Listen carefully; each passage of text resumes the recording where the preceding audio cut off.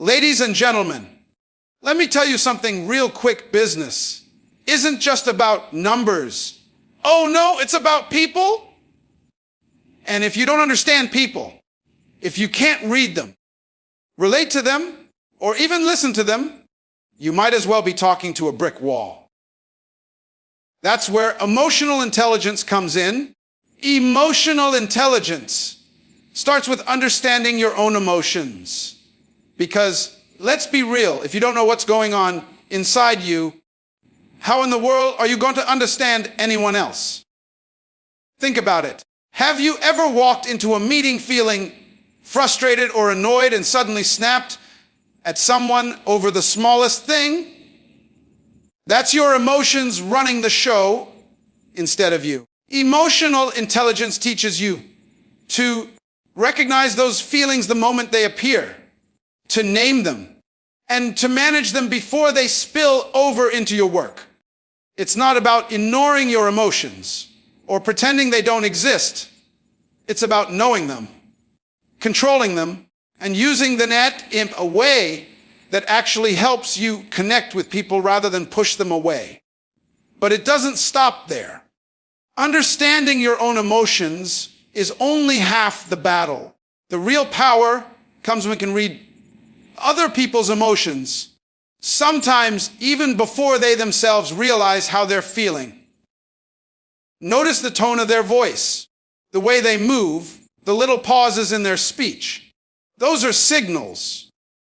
That's their emotional state talking to you. And when you can pick up on that, you can respond in a way that makes people feel seen, heard, and understood. It could be a simple gesture, a carefully chosen word, or even just your presence, showing that you recognize what's going on for them. When you master both sides, your emotions and theirs, you create a communication style that's magnetic. People don't just respond to what you say, they respond to how you make them feel. And that, my friends, is what separates the average business person from the one who can inspire, influence, and lead effectively. Emotional intelligence isn't just a skill, it's a business superpower. People often walk into business thinking it's all about numbers, products, strategies, or fancy presentations. They think if they have the best plan or the flashiest pitch, success is guaranteed. But let me tell you something, people don't buy products, they buy relationships. People don't invest in ideas, they invest in trust, confidence, and connection. You can have the greatest product in the world, but if you can't connect with the people you're working with, you're just another person talking to the wall. People want to feel seen, understood, and valued, and that connection is the secret ingredient that no spreadsheet, chart, or marketing campaign can replace. Think about it. Have you ever worked with someone who clearly knew their stuff, but had no clue how to relate to you or their team? It's frustrating. Now, compare that to someone who may not be the sharpest in the room, but knows how to listen, respond, and make you feel important. Guess who leaves a lasting impression? That's who people want to work with, follow, and support. That's the power of connecting. Business is about people, plain and simple. Connecting with people means more than smiling and shaking hands. It means understanding their needs, their fears, their hopes. It means communicating in a way that resonates, in a way that makes them feel part of something bigger. When you approach business with that mindset, suddenly every negotiation, meeting, or deal becomes more than just numbers on a page. It becomes an opportunity to build relationships, trust, and loyalty. That is how businesses grow, not just through clever strategies, but through genuine human connection. The moment you prioritize people over just products or profits, you unlock a level of influence and success that no strategy alone could ever achieve. Empathy is one of those things that separates good communicators from great ones. It's not just about being nice or polite. It's about genuinely putting yourself in someone else's shoes and feeling what they're feeling.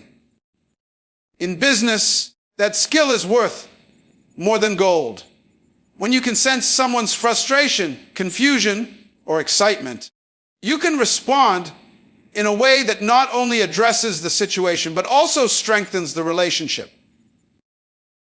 Think about it. How many times have you had a client, coworker, or employee who was clearly upset, and instead of acknowledging it, someone brushed it off or ignored it? That's a missed opportunity. Empathy is your tool for reading those unspoken signals and responding in a way that builds trust. Empathy isn't just reacting, it's proactive.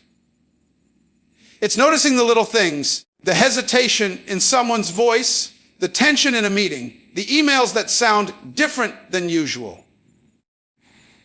And when you respond with understanding rather than judgment, you change the whole dynamic.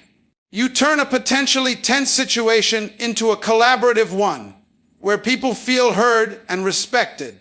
That's how leaders build teams that stick together and clients who stay loyal. People remember how you made them feel long after they forget what you said. The power of empathy is also in communication style. When you approach every conversation with the mindset of understanding before being understood, you become a bridge, not a barrier. You break down walls, ease conflicts, and inspire others to open up. In business, this skill can be the difference between losing a deal and turning it into a lifelong partnership. Empathy is not soft, it's strategic. It's emotional intelligence in action, and it's the heart of effective business communication. People don't just want to work with smart people, they want to work with people who care, who understand, who can meet them where they are. Self-awareness is like having a mirror that reflects not just how you look, but how you act, how you feel, and how those feelings affect everyone around you. In business communication, this is a game changer. Too often, people let their emotions take over. They get frustrated in a meeting, snap at a colleague, or speak before thinking, and suddenly what could have been a productive conversation turns into a disaster. Self-awareness gives you the pause, the moment to check yourself before you let your emotions drive your words. It allows you to recognize when your stress is showing, when your excitement is overbearing, or when your frustration might be misread. That awareness alone can prevent misunderstandings and conflicts that could cost time, money, and relationships. But self-awareness isn't just about controlling negative emotions. It's also about understanding your strengths and weaknesses in communication. Some people naturally connect with others and inspire trust, while others struggle to get their point across. Recognizing your own tendencies, knowing when you talk too much, when you interrupt, or when your tone comes across harsher than intended, lets you adjust in real time. You become intentional in your interactions instead of reactive, which makes every message you deliver more effective. The beauty of self-awareness is that it amplifies emotional intelligence. Once you understand your own emotional triggers and habits, you can better interpret the emotions of others and respond appropriately. You start seeing patterns in conversations, noticing reactions you might have missed before, and adjusting your approach to create harmony rather than tension. Self-awareness turns communication into a tool for connection, influence, and leadership. It's the foundation of professionalism, trust, and respect in any business environment. Because when you understand yourself, you can genuinely understand and respond to everyone around you. Practicing emotional intelligence isn't just a nice to have skill in business. It's the secret sauce that turns ordinary leaders into extraordinary ones. You see, Leadership isn't just about giving orders or making decisions. It's about inspiring people to follow you, to believe in your vision, and to trust that you have their best interests at heart. And the key ingredient that makes that happen is emotional intelligence. When you understand your own emotions, recognize the emotions of others, and respond thoughtfully, you create an environment where people feel safe, respected, and motivated. That's when influence happens naturally. Not because you demand it, but because people want to follow you. Trust is built in those little moments. How you react under pressure, how you respond to criticism, how you celebrate successes. A leader with high emotional intelligence notices when someone is struggling, offers support without judgment, and communicates in a way that empowers rather than intimidates. Over time, people begin to rely on you, not just for instructions, but for guidance, encouragement, and inspiration. They know that when they speak, you listen. When they feel frustrated, you understand. When they succeed, you celebrate. That's the kind of influence that no memo, no presentation, and no strategy can buy. It comes from emotional intelligence in action. The beautiful thing is that emotional intelligence is not fixed. It's something you can practice every single day. You can learn to read emotions more accurately, respond with empathy, manage your own reactions, and build connections that matter. Leaders who commit to this practice don't just manage people, they transform teams. They inspire loyalty, encourage collaboration, and create a culture where everyone feels valued.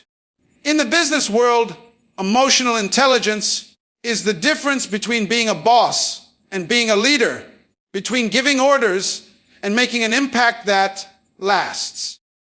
Active listening is one of the most underrated yet powerful tools you can bring into any business conversation. So many people think communication is just about talking, about giving the perfect pitch or saying all the right things. But let me tell you something. If you aren't really listening, you're missing half the conversation. And in business, missing half the conversation can cost you deals, relationships, and opportunities. Active listening isn't just hearing words. It's understanding the emotions, intentions, and concerns behind those words. It's paying attention to tone, body language, and the little things people don't say out loud, because those are often the things that matter most. When you actively listen, you show people that you respect them, that you value their input, and that you're willing to meet them where they are. It transforms every interaction from a transaction into a meaningful connection. Instead of rushing to respond or prove your point, you pause, absorb, and reflect. That pause is powerful. It allows you to respond thoughtfully, address real concerns, and build trust. People notice when they're truly heard, and they respond with openness, collaboration, and loyalty. That's the kind of influence that separates someone who talks a lot from someone who truly leads. Active listening also helps prevent misunderstandings and mistakes. When you understand not just what is being said, but why it's being said, you can anticipate challenges, solve problems more effectively, and communicate with clarity. It strengthens relationships with clients, colleagues, and employees because it creates an environment where everyone feels understood and valued. In short, active listening is more than a skill. It's a cornerstone of emotional intelligence, and it's essential for effective business communication. The person who masters it doesn't just get their point across. They inspire, connect, and lead in ways that leave a lasting impact.